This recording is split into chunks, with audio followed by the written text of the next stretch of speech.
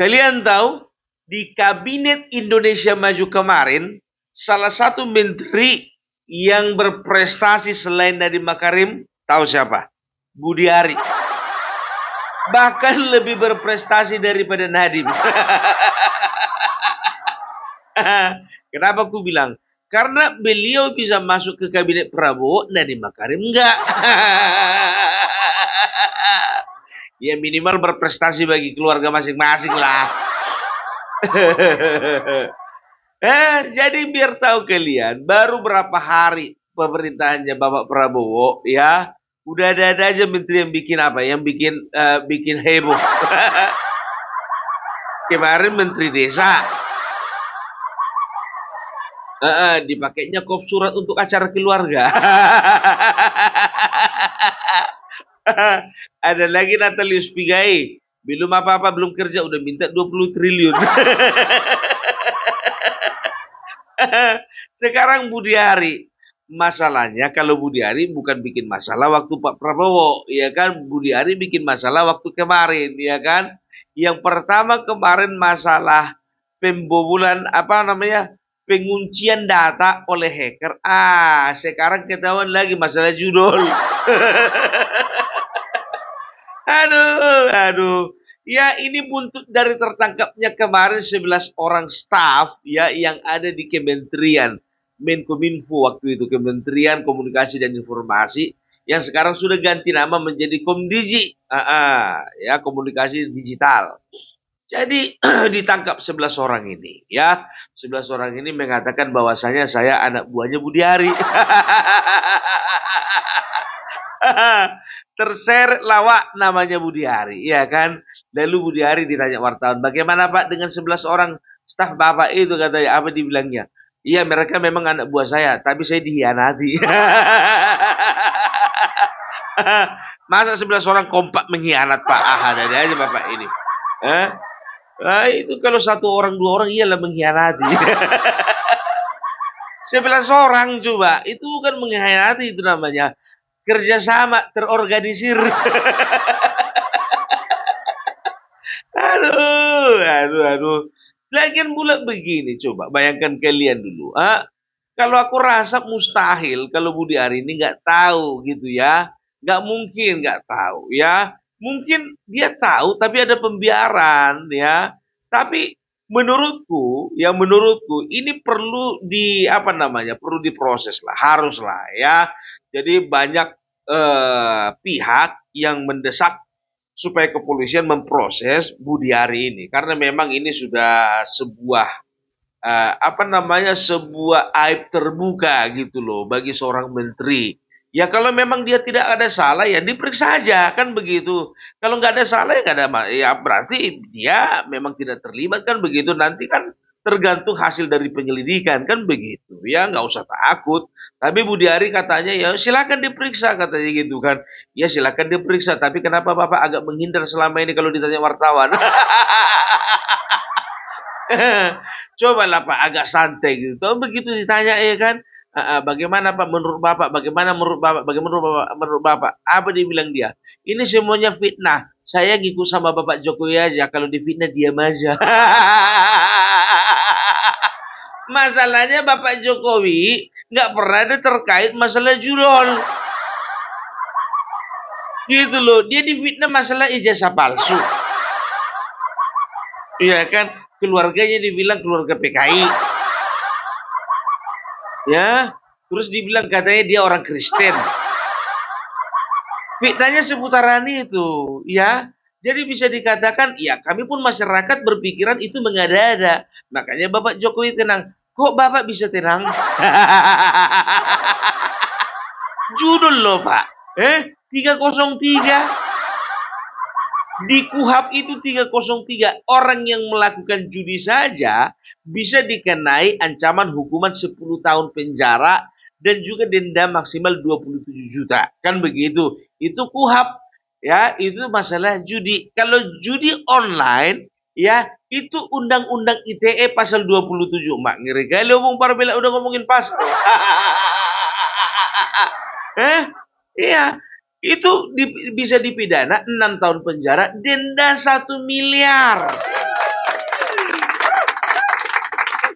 Bayangkan kalian, denda 1 miliar itu untuk para penjudi gitu loh. Ini kayak mana ini staf bapak yang apa nih masalah yang tidak memblokir situs judi online. Nggak main-main loh Pak, bukan 1, 2, 1.000. Pengakuan dari masing-masing ya, itu mengatakan bahwasanya satu situs itu setoran 8.500.000. 8.500.000 itu setiap bulan. 8.500.000 dikali 1.000 situs online itu artinya 8,5 miliar setoran setiap bulan. Gitu loh. Itu staf Bapak itu ya, itu ada sekitar 11 orang yang ketahuan. Gitu loh, ya kita katakanlah bukan staf tapi pegawai, kan begitu ya. Itu yang ketahuan. Nah yang nggak ketahuan, coba, kalau aku memprediksi ini lebih daripada 20 orang. Gitu loh. Ya katakanlah misalnya ada 40 orang yang terlibat. 40 orang yang terlibat. Ya kan sudah pasti ya kan. Orang yang pemangku keputusan ya, yang mengambil keputusan mana-mana yang harus diblokir, dan juga kan pasti mereka punya operator juga, mereka punya kaki tangan juga, mereka punya informan juga, ya kan. Coba bayangkan kalian, nah katakanlah 40, nggak usah dulu kita apa namanya muluk-muluk, 40, 8 miliar dibagi 40 orang, ya itu berarti berapa itu? 88 miliar dibagi 4, 2 miliar. Berarti 200 juta. Ya rata-rata itu ada sekitar 200 juta satu orang tiap bulan gajinya. Melebihi gaji yang ada di kementerian. Apa nggak menggiurkan kan begitu ya kan? Jadi sekarang begini Pak, jujur aja lah ya. Biasanya kalau misalnya dalam sebuah aksi kejahatan yang ditangkap itu yang apa? Yang di depan layar kan begitu. Ini 11 orang yang ditangkap. Yakin kami pasti masih ada orang-orang di belakang dan biasanya lebih kuat. Biasanya lebih kuat gitu loh ya. Jadi bisa dikatakan ya 8 miliar itu aduh luar biasa. Ya, itu 1 bulan. Sekarang yang jadi pertanyaan, sudah berapa bulan berjalan? Udah berapa bulan berjalan, Pak? Itu dia. Dan tahu enggak, pengakuan dari beberapa orang juga mereka ini rekrutannya Budi Ari. Ketika ditanya, Pak bagaimana tanggapan Bapak? Katanya itu rekrutan Bapak. Itulah, saya rekrut mereka, rupanya mereka itu tamatan, apa mereka cuma tamatan SMK. Loh, kenapa SMK bisa menjadi staf di kementerian, Pak? Bagi saya lebih penting skill daripada ijazah. Pak, begini ya. Kalau memang seperti itu prinsip Bapak, itu prinsip di dalam wirausaha, Pak, bukan kementerian. Bapak tidak lagi sedang buka usaha grosiran, bukan lagi buka pabrik tahu, bukan lagi buka perusahaan topeng monyet yang tidak memerlukan ijazah. Ya, tapi ini kementerian loh Pak. Beda mindsetnya seorang yang lulusan S1 sarjana dan juga beda dengan mindsetnya orang yang lulusan SMA atau sederajat ya. Karena apa? Ya, kalau misalnya sarjana itu berarti mereka lebih paham sistem, lebih paham lagi mereka itu bagaimana regulasi, mereka lebih paham lagi bagaimana teknis di lapangan, mereka paham juga apa namanya teori-teori yang mereka butuhkan di dalam pekerjaan. Enggak di SMK. Di SMK itu kalaupun dipelajari itu sangat minim, Bapak. Kami tuh tahu, Pak, itu, Pak. Kok bisa gitu sih, Pak? Keluarga ya. Atau anaknya kenalan ya. Itu, apalagi Bapak seorang wartawan loh. Seorang wartawan itu biasanya punya insting yang jeli. Iya, nggak boleh. Sedangkan Bapak kan juga kan pernah Bapak menjadi apa kan, Pak? Pernah menjadi, kalau tidak salah Bapak ini pernah menjadi ketua alumni Universitas Indonesia. Masa apa namanya ketua alumni Universitas Indonesia kayak gitu mindsetnya, nggak boleh dong, ya kan? Nah, jadi biar tahu nggak kalian, sebetulnya kawan ini cukup berprestasi di dalam karir politiknya, ya. Jadi beliau ini juga salah seorang aktivis, ya, dan beliau ini juga backgroundnya adalah seorang wartawan, ya. Seorang wartawan itu bisa dikatakan ya, waktu zaman Sang Soeharto dia ini termasuk salah satu wartawan yang frontal gitu loh, wartawan yang vokal ya, bersama dengan Tempo. Kala itu Tempo masih bagus, nggak kayak sekarang. Kok gitu pengomongnya Bung Tempo bagus? Ya bagus bagi kalian yang sebelah kiri. Tapi bagi orang-orang yang memang betul mendukung pemerintahan, Tempo saat ini nggak bagus. Tapi penilaian kita kan objektif kita loh, ya kan? Karena entah apa-apa aja beritanya. Selalu serangan kepada Jokowi. Kalau kalian tengok channel YouTube bocor halus ya, itu produksinya Tempo itu. Selalu itu. Udah hampir sama ke ILC. Ya, udahlah. Kami udah tahu kenapa kalian bisa begitu. Perlu opung angkat? Nggak perlu kan? Nggak perlu lah, ya kan? Sesama jurnalis harus saling menghormati. Opung jurnalis rupanya bagi diriku.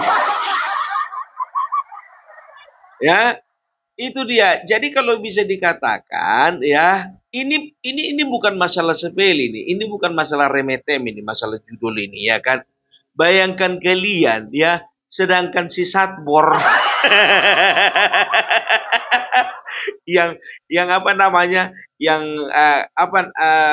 di TikTok ya, yang live sambil begini-begini itu, goyang-goyang begini itu, jurus ayam patok katanya. Itu aja cuman waktu lagi live dia joget-joget cuma menyebutkan nama situ saja, itu ditangkap polisi. Karena apa? Karena mengiklankan gitu loh ya. Ini bukan cuma mengiklankan, kalian itu tidak memblokir situs judi online. Berarti lebih parah lah kalian dari si Satbor.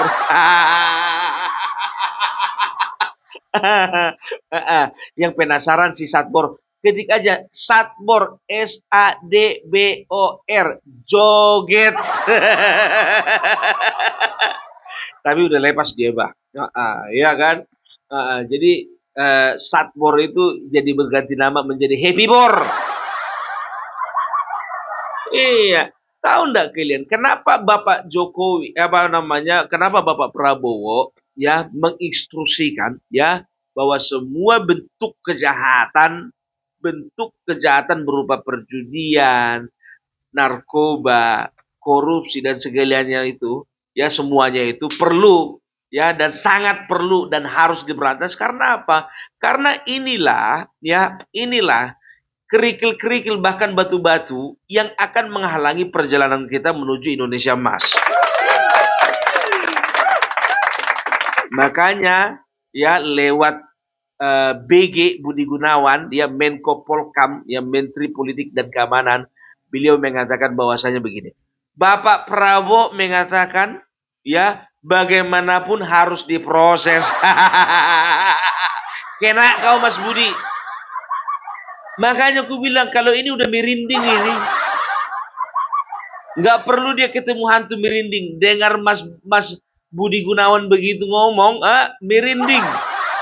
Apa enggak presiden langsung ya kan? Ini kan wanti-wanti. Makanya aku bilang sama kalian, hati-hati.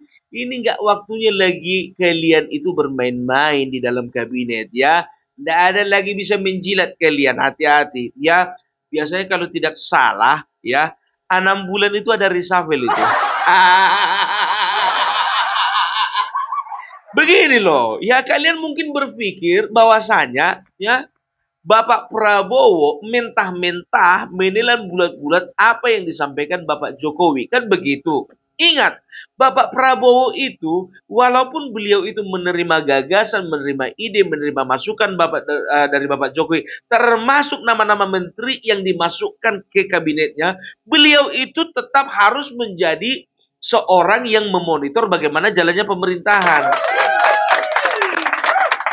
Beliau memastikan jangan sampai ada penyakit-penyakit lama yang dibawa masuk ke dalam kabinet yang baru. Itu dia. Ya kalau memang misalnya walaupun menteri tersebut bawaannya dari kabinet yang lama, kalau memang nggak cocok ganti. Kan begitu. Itu sudah komitmennya Bapak Prabowo. Ya, ini tanpa mengurangi rasa hormat terhadap Bapak Joko Widodo ya. Tapi ya itu dia, ya siapa saja menteri diganti itu, ya kita lihat aja nanti. Kalau memang ada di reshuffle 6 bulan lagi menteri di kabinet yang sekarang, kurasa ini orang masuk ini nomor 1. Itu dia. Sekarang juga ada disus pula lagi, ya masalah pinjol terkait juga Mas Budi hari ini. Makanya semuanya harus diapalah. Tolonglah Mas Budi, ku bilang sama kau ya, kalau memang ditanya wartawan, cobalah klarifikasi dulu secara baik-baik. Ini enggak ditanya sedikit menghindar, ditanya sedikit menghindar. Tapi katanya mau tenang kayak Bapak Jokowi.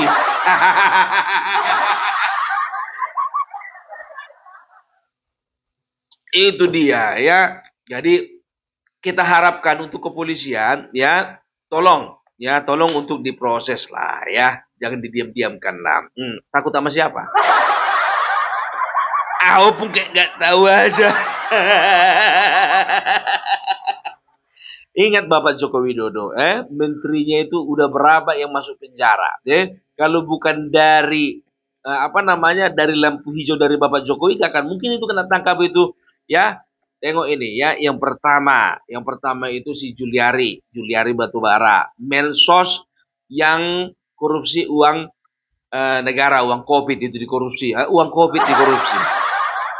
COVID bukan kopi, uang COVID, dengar, uang COVID bukan kopi, ya. Setelah itu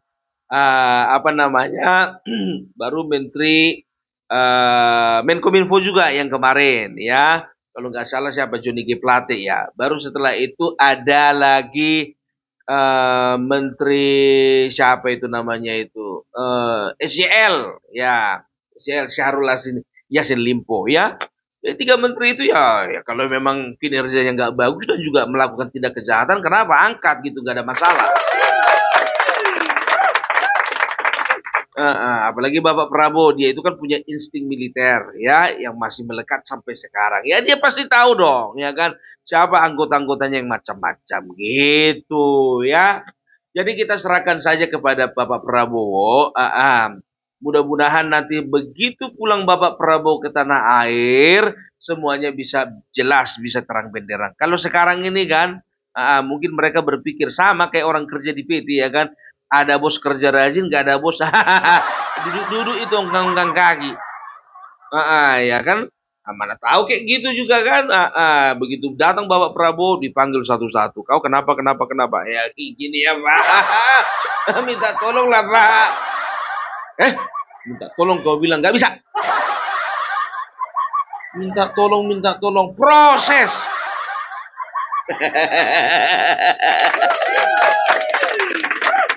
Itu ya.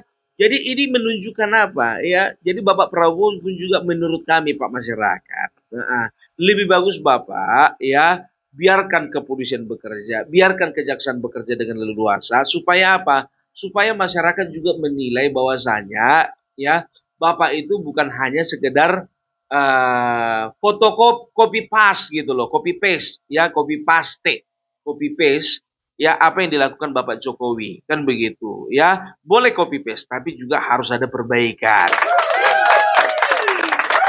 Itu yang pertama. Baru yang kedua, jangan sampai ada kesan bahwasanya Bapak itu cuma manut apa dibilang Bapak Jokowi, kan begitu ya. Apa-apa manut kan gitu. Karena pihak sebelah pihak lawan Pak, mereka berpikir bahwasanya Bapak itu masih jadi bonekanya Bapak Jokowi. Ada loh bilang kayak gitu. Kan lucu kan? Alah, udah aku bilang orang ini dua, Bapak Jokowi dan Bapak Prabowo itu bestian, gitu loh, tidak terpisahkan. Tapi gimana pun juga, setiap masukan itu diterima sama Bapak Prabowo. Setiap masukan, ide, gagasan dari Bapak Jokowi itu diterima. Tapi kan semuanya kan ada yang perlu dipertimbangkan, gitu. Tenang aja kalian. Sekarang begini kalian ya. Untuk para pembenci pemerintahan, coba sekarang coba. Aku mau dengar dulu kalian apa namanya? Kalian persalahkan dulu Bapak Prabowo. Yuk. Kalau apa di apa dulu di apa namanya di apa namanya diserahkan dulu. Diserahkan semua bukti-bukti kejahatan. Kalian desaklah Bapak Prabowo untuk melakukan sebuah apa namanya itu sebuah tindakan nyata, tindakan real, kan begitu kan? Bapak Prabowo, kami protes gitu, berani enggak? Ya, kalau tidak diproses Bapak Prabowo turun, Bapak Prabowo segera mundur gitu, ya berani enggak? Itu yang mau kami dengar dulu. Jadi kalau misalnya kalian berani bilang kayak gitu sama Bapak Prabowo, salut. Salut, hebat kalian. Ya. Oke, lanjutkan perjuangan kalian. Benci terus Bapak Jokowi. Benci terus Bapak Gibran. Kalau bisa kalian juga ikut benci juga Bapak Prabowo. Ini enggak, Bapak Prabowo dijilat-jilat. Apalagi Roy Suryo. Bapak Prabowo itu pemimpin yang baik. Nah, inilah yang kita perlu sadarkan dari Bapak Prabowo. Babanya mam.